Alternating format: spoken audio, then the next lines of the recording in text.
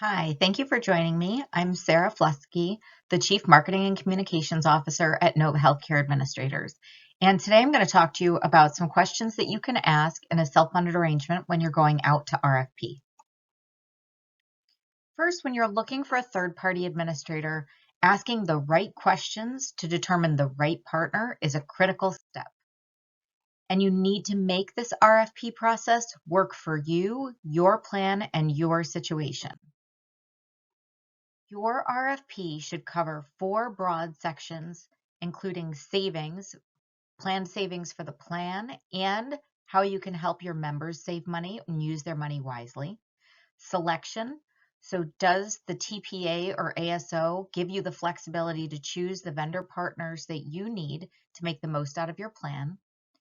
Support, is the TPA or ASO going to be there to provide the support that you need either as an employer or with your broker partner or for your members? And satisfaction. How does the TPA or ASO measure satisfaction, and are they willing to put performance guarantees in place?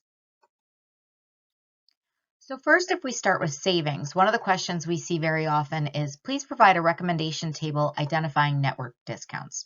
This is usually a question that comes about because you want to see what the savings will be. So when I look at the network contract, what is the contracted amount for a certain selection of services, and how much will I save when I use this network solution? The problem with the network discounts is that it's only a piece of the savings that you should plan on for your employees and your plan. So you can ask about the recommendation table to get a view between a national and a regional network, but you also want to ask the TPA or ASO if they can provide examples of saving strategies or cost containment measures that they can deliver to you beyond the network discounts. If you are looking at a TPA or ASO solution that touts the network discounts as one of the largest features of self-funded plan savings, you're leaving a lot of money on the table.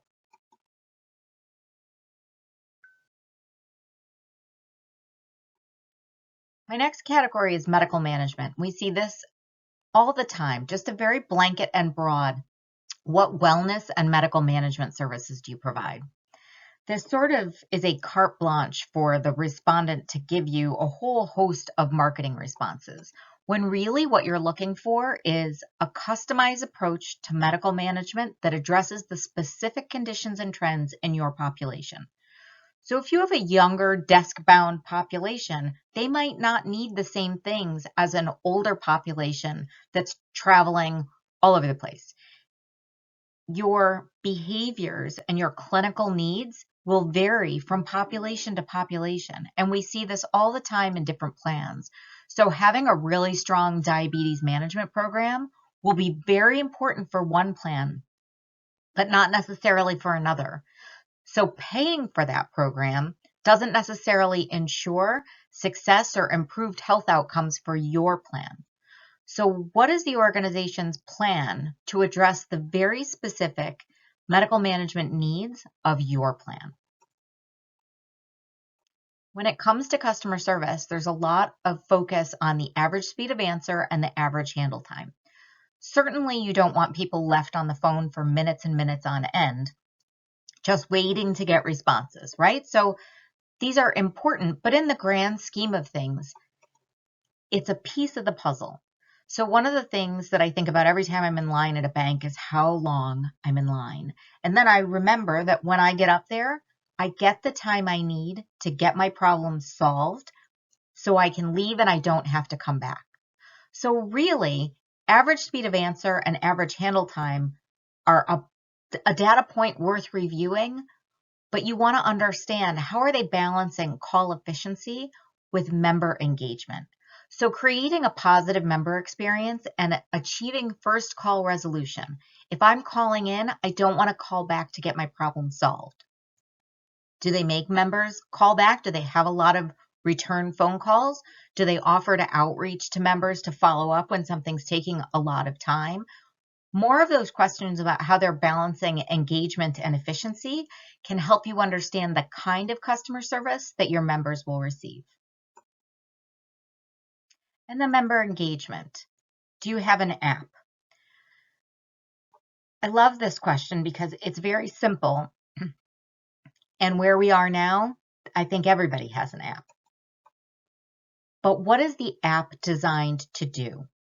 So if you think about how often you use your own app for your insurance benefits, you realize that probably most members are not using it as often as you really would hope that they would be, just based on your own utilization. So the organization might have an app, but does that app provide value? What is the app trying to achieve? What services do you offer to increase member engagement? So within an app, typically you can see where claims are in the claims process. You can ask questions, you can access resources, and you might even be able to submit questions and get answers to those questions right through the app.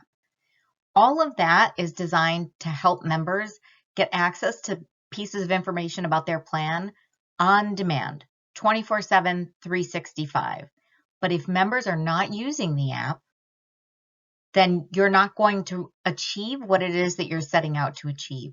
So beyond an app, you want to ask what kind of services or programs they offer to increase member engagement to ensure that members understand the plan and the benefits that they have.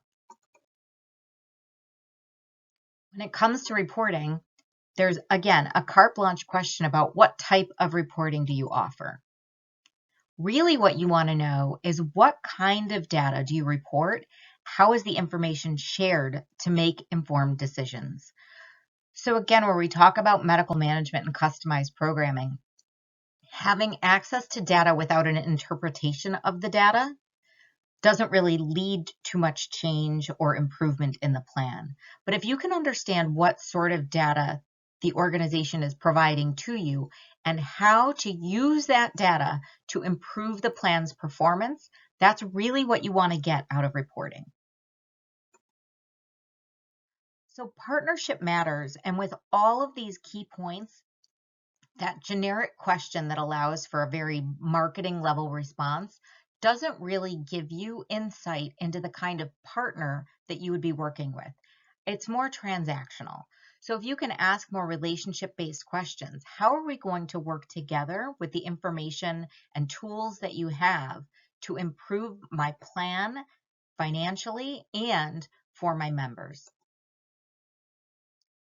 Thank you very much for joining me. I appreciate you spending some time to quickly discuss some opportunities to improve your RFP questions.